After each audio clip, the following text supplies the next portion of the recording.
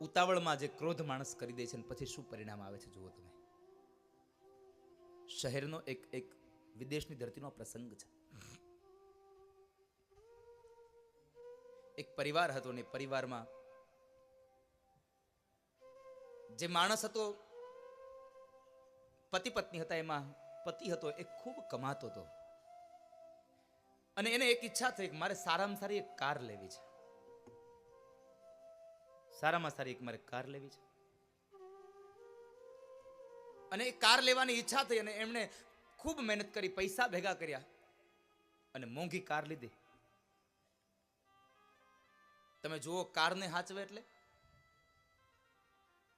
નથી આપણે ઘણા ઘણા જોતા, આમ આમ જરા કે આમ કઈક થાય એટલે જીવ બળી જાય. ગાડીને કઈ થવું ન જોઈએ. ગાડીને સાફ રાખ્યા કરે. તમે જુઓ તો આમ જરા કે દાગ ભાડી દે તો ખીચામાંથી સફેદ રૂમાલ કાઢીને એને એમ લૂઈ નાખે. આટલી એને વાલી કાર અને ઘણા સમયની મહેનત પછી એને કાર મળી. 1 દિવસ 2 દિવસ 3 દિવસ થયા, અઠવાડિયું થયું ને અને બરાબર આમ ઓફિસ જવા માટે તૈયાર થયો. ગાડીની ચાવી લીધી ઘરમાંથી, બેગ લીધી અને નીકળ્યો બહાર. જ્યાં બહાર જાય ત્યાં એનો 8 વર્ષનો છોકરો, 10 વર્ષનો બાળક ગાડીના બોનેટ પાસે ઉભો હોય. ગાડીના બોનેટ ઉપર એ સ્ક્રેચ કરતો હતો. હાથમાં લોખંડની ખીલ્લી હતી.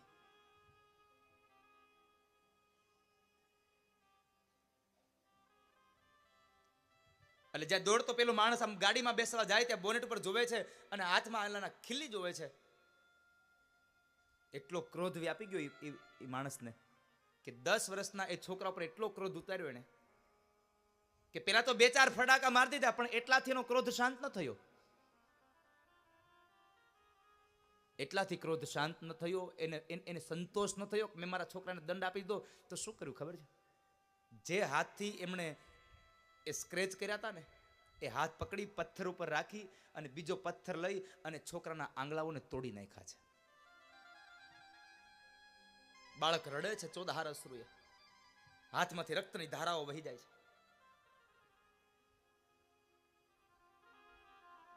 પત્ની દોડતા આવે છે. પત્ની પોતાના પતિને કહ્યું, શું તમે કર્યું આ? પણ જરા આમ શાંત થયો ને એટલે દુઃખ લાગ્યું. છોકરાને લઈ અને સીધો જ ગાડીમાં મોટી હોસ્પિટલે ગયો. ડોક્ટર સાહેબ પાસે જઈ અને આંખમાંથી અશ્રુની ધારા સાથે બોલે, સાહેબ કોઈ પણ સંજોગે અમારા છોકરાનો હાથ તમે સાજો કરી દો. મારા છોકરાનો તમે હાથ સાજો કરી દો. ડોક્ટર સાહેબ એને છોકરાને ઓપરેશન થિયેટરમાં લઈ જાય છે. ખૂબ ઘણી એની મહેનત કરી અને મહેનતના અંતે એક પરિણામ આવીને ઉભું રહ્યું.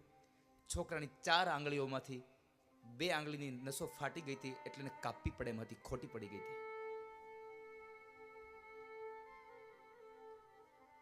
ડોક્ટર સાહેબે 2 આંગળીઓ કાપી નાખી, 2 આંગળીઓ સાજી, એમનું ઓપરેશન કર્યું. છોકરાને એક રૂમની અંદર એક પથારીમાં સુવાડવામાં આવ્યો. થોડી વાર થઈ એટલે એ દીકરાનું જે ઇન્જેક્શન આપ્યું હતું ઘેરનું, છોકરો ભાનમાં આવ્યો. જોવે છે તો હાથ આમ બાંધેલો છે, 2 આંગળીઓને બાંધેલી પાટો મારેલો છે. એની બાજુમાં એનો બાપ બેઠો છે ઉદાસ.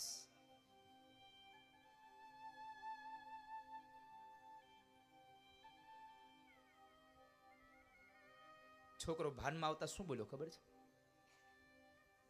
પાપા સોરી. છોકરાના મોઢામાંથી સોરી શબ્દો નીકળ્યા.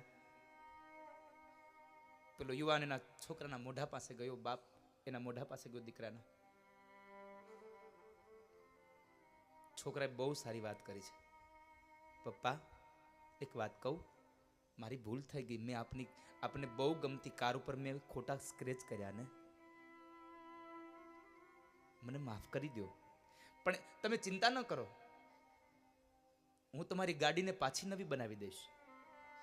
તમે મને જે પૈસા રમકડા લેવા માટે આપતા હતા ને એ પૈસા મેં ભેગા કર્યા છે અને એ પૈસામાંથી આપણે તમારી ગાડીને ફરી પાછો કલર કરાવી લેશું, તમારી ગાડીને નવી કરાવી દેશું.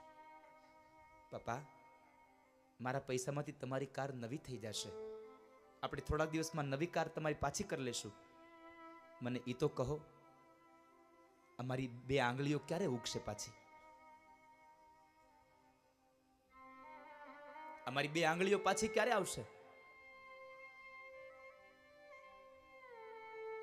મારી 2 આંગળીઓ ક્યારે આવશે ના શબ્દો સાંભળ્યા ને આંખમાંથી દડ દડ દડ અશ્રુની ધારા વહી ગઈ. બોલા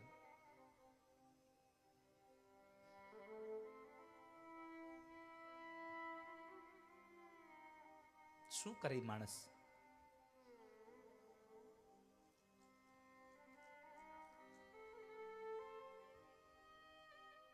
દિવસ વધી ગયો, છોકરાને લઈને ઘરે આવે છે.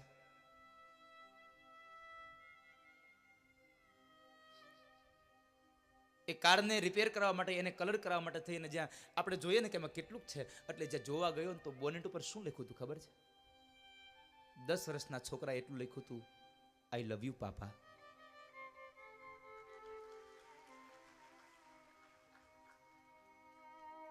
આ યુવાનને પછતાવાનો પાર ન રહ્યો. મારી આપ સૌને પ્રાર્થના છે, ખાસ કરીને મારી યુવાન બહેનોને પ્રાર્થના છે કે ઘરમાં કદાચ કોઈની સાથે થોડાક બોલાચાલી થઈ હોય ને તો એનો ગુસ્સો ક્યારેય બાળકો પર ન ઉતારશો, કારણ કે બાળકો નિર્દોષ છે. શા માટે ને? બાળક તો ભગવાનનું રૂપ છે. મારી આપ સૌને પ્રાર્થના છે, બને તો ક્રોધ ન કરશો, કારણ ક્રોધ ક્ષણિક વાર હોય છે, એનું પરિણામ બહુ લાંબો સમય સુધી ભોગવવું પડે છે. ક્રોધ ક્ષણિક હોય છે.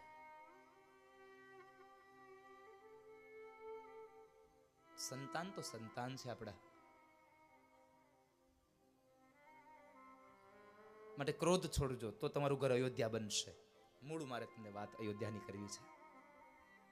ક્રોધ છોડશો તો તમારું ઘર અયોધ્યા બનશે. ધીમે ધીમે સમય વ્યતીત થયો અને એ 4 ભાઈઓ મોટા થયા. અને ભાઈ પ્રત્યેનો પ્રેમ કેટલો હોય એ મારે તમને ખાલી એક પ્રસંગ કહીને હું રામચરિતમાનસને વિરામ આપી દઉં. લાંબી કથા મારે નથી કરવી. કે 4 ભાઈઓ આંગણામાં રમતા હતા અને એ બાળ અવસ્થામાં એ રમતમાં ને રમતમાં ભગવાન રામ જીતે એમ છે, પણ ભગવાન રામે પોતાના હાથમાં આવતી જીત પોતે છોડી દીધી. પોતામાં હાથમાં આવનારી જીતને પોતે છોડી અને પોતાના ભાઈઓને આપી દે છે. પોતે હાર સ્વીકારી છે, કારણ રામજી એમ કહે છે કે મારા ભાઈઓ જો રાજી થતા હોય તો ભલે ને હું હારું, શું થયું, ભલે મારા ભાઈઓ જીતી જાય. પોતાના ભાઈઓની ખુશી માટે થઈ અને રામજીએ હાર સ્વીકારી અને પોતાના ભાઈઓને જીત આપી. પણ રામ એટલું ચોક્કસ બોલ્યા છે કે જીત મારી થાય કે મારા ભાઈની થાય, અંતે જીત થાય છે તો અમારી ને. જ્યાં જીત અમારી શબ્દ હશે ત્યાં કોઈ દિવસ સાહેબ ભાઈઓ વચ્ચે ક્યારેય ક્લેશ નહીં ઉભો હોય. 2 ભાઈઓ વચ્ચેનો પ્રેમ છે. આપણે નાના હતા ત્યારે ગુજરાતીમાં એક નાની એવી વાર્તા આવતી હતી કે ગામડામાં 2 ભાઈઓ ખેતી કરતા હતા. એક નાનો ભાઈ કુંવારો છે, મોટા ભાઈના લગ્ન થયા, એને 2 બાળકો છે અને 2 ભાઈ ભેગા રહે છે. એટલે ખેતીના જે કામ આવે એમાં બેયનો અડધો અડધો હિસ્સો, જે ઉપજ આવે એમાં અડધો અડધો હિસ્સો. એટલે એક વખતના સમયે મોસમમાં બરાબર જે પાક આવ્યો એનો વાડીએ 2 ભાઈઓ ભાગ પાડ્યો. 2 ભાઈઓના ભાગના ઢગલા અલગ અલગ કર્યા છે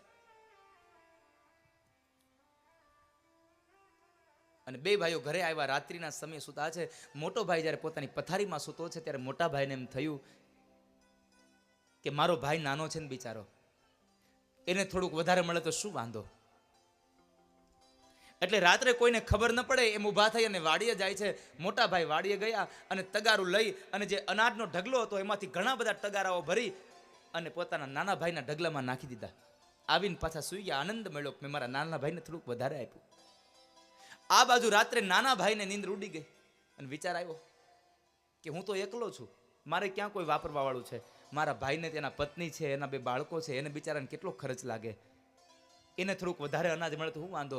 નાનો ભાઈ વાડીએ ગયો, કોઈને ખબર ન પડે અને અંધારામાં પોતાના ઢગલામાંથી લઈ અને મોટા ભાઈના ઢગલામાં ઘણા બધા તગારાઓ અનાજ નાખી દીધું. જ્યારે ભાઈ પ્રત્યે ભાઈ આવું વિચારતો થશે ને ત્યારે આ જગતમાં રામ રાજ્યની સ્થાપના થશે સાહેબ. જ્યારે માણસ એકબીજા પ્રત્યે વિચારતો થશે ત્યારે રામ રાજ્યની સ્થાપના થશે. આનંદ છે મને આ બે ભાઈઓ હજી પણ વ્યવસાયથી ભેગા છે.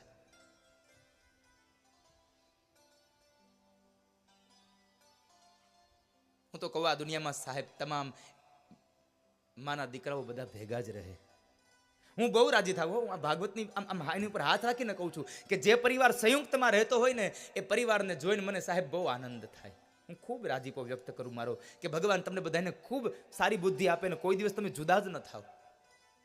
કોઈ દિવસ તમે જુદા ન થાવ.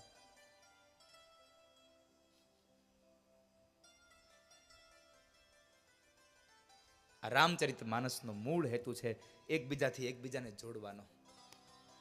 એકબીજાથી એકબીજાને જોડવાની આ કથા છે.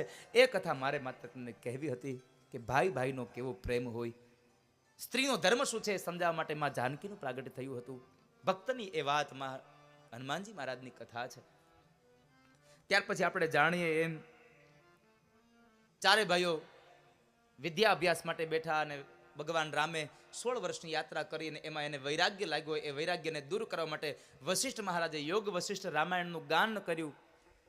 ત્યારબાદ વિશ્વામિત્ર મહારાજ એ ચારે ભાઈઓને રામ અને લક્ષ્મણને બેયને લઈ જાય છે પોતાના રક્ષણ માટે યજ્ઞના. માર્ગની અંદર તાડકા મળી તો એને તાડકાને મારી એ કહી પ્રાણ પ્રાણ હરી લીનહા દીન જાની તેહી નિજ પદ દીનહા. તાડકાને મારીને એને નિજ પદ આપ્યું. સુબાહુને પણ માર્યો અને મારીચને મતિ બદલી ગઈ ભગવાનના દર્શન કરીને. ત્યારબાદ જનકપુરમાં જાય ત્યાં આગળ ધનુષ્યનો ભંગ કરી માં જાનકીને સાથે ભગવાનના વિવાહ થયા છે. ચાર ભાઈઓ એક માંડવે પરિણ્યા છે. અને પછી આવે ને ત્યારે રામને જ્યારે રાજા બનાવવાની વાત થાય અને કઈ કહીએ મહારાજ દશરથ પાસે 2 વચન માંગ્યા, ભરતને રાજગાદી અને રામને 14 વર્ષનો વનવાસ. પિતાની ટેક માટે થઈ, વચન માટે થઈ અને રામ વનમાં જાય છે. ત્યાંથી માં જાનકીનું હરણ થાય. જાનકીની શોધમાં જાય તો શબરી પાસે ગયા. ત્યાંથી હનુમાનજી મહારાજ સુગ્રીવ મળ્યા છે. વાલીપુત્ર અંગદની સાથે ભેગા મળી અને સમાચાર મળ્યા કે રાવણ લઈ ગયો છે. તો લંકાના સામે કિનારે ભગવાન રામ પોતાના સૈન્યને લઈને જાય. આપણે એમ કહીએ કે આ ટેકનોલોજી અત્યારે આવી, ટેકનોલોજી અત્યારે આવી. નહીં સાહેબ, આ ટેકનોલોજી અત્યારે નથી આવી. આ રામના સમયમાં ઓલા વાંદરાઓના હાથે મારા રામે પેલો સેતુ બંધાવ્યો તો, પાણીમાં પુલ બાંધ્યો તો. પાણીમાં પુલ તો હવે આપણે બાંધતા થયા. રામે તો પહેલેથી બાંધીને લાવ્યા છે. આ તો માત્ર ટેકનોલોજી ફરી એટલે એનું સ્વરૂપ ફર્યું છે. બાકી પહેલેથી જ રામે સમુદ્રમાં એ બાંધ્યો તો પુલ. અને સામે કિનારે જઈ રાવણની નગરીમાં લંકામાં જઈ અને લંકાની અંદર એમણે રાવણની સાથે યુદ્ધ કર્યું અને યુદ્ધમાં રાવણને માર્યો છે. આપણે કહીએ છીએ ખાલી હોનામાં લંકામાં હોનું, લંકામાં હોનું. કાંઈ છે નહીં ઝાડવા સિવાય. એમાં અશોક વાટિકામાં તો કાંઈ નથી. ડુંગરા ડુંગરા ડુંગરા જ નકરા. હમણાં 9મા મહિનામાં હું ગયો તો શ્રીલંકા કથા કરવા અશોક વાટિકામાં. કાંઈ હા ત્યાંનું વાતાવરણ છે લ્યો. 3 સ્ટાર હોટલ હોય તો તમારે એમાં પંખો ને એસી ન હોય, એમાં હીટર હોય.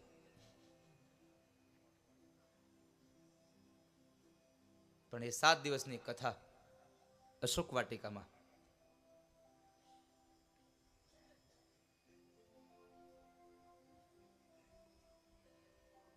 એ અશોક વાટિકાની કથા ખૂબ આનંદમય હતી, ભાગવત કથા હતી. તો એ અશોક વાટિકામાંથી રાવણને મારી અને માતાજીને ફરી પાછા લાવ્યા અને રામનું રાજ્ય સ્થપાય. આવી બહુ બહુ વિસ્તારથી કથા છે, પણ હું આપને ન કહી શકું કારણ કે મારે 9 મિનિટમાં 9 દિવસની કથા કહેવાની હતી. એટલે આ પ્રમાણેની કથા, અને તમે બધા રામચરિત માનસને ઘોળીને પી ગયેલા છો એટલે મારે તમને કાંઈ વધારે કથા કહેવી નથી. હિમાલયમાં કોઈ દી બરફ વેચવા જવાય નહીં. તમે બધા જ્ઞાની છો એટલે મારે તમારી સામે રામચરિત માનસનું જ્ઞાન કાંઈ પીરસવું નથી. એ સાથે રામચરિત માનસને હું અહીંયા વિરામ આપું છું. અને રામચરિત માનસને વિરામ આપતાની સાથે હું 9મા સ્કંદને વિરામ આપું અને 10મા સ્કંદમાં પ્રવેશ કરાવું. 10મા સ્કંદમાં જ્યાં પ્રવેશ થાય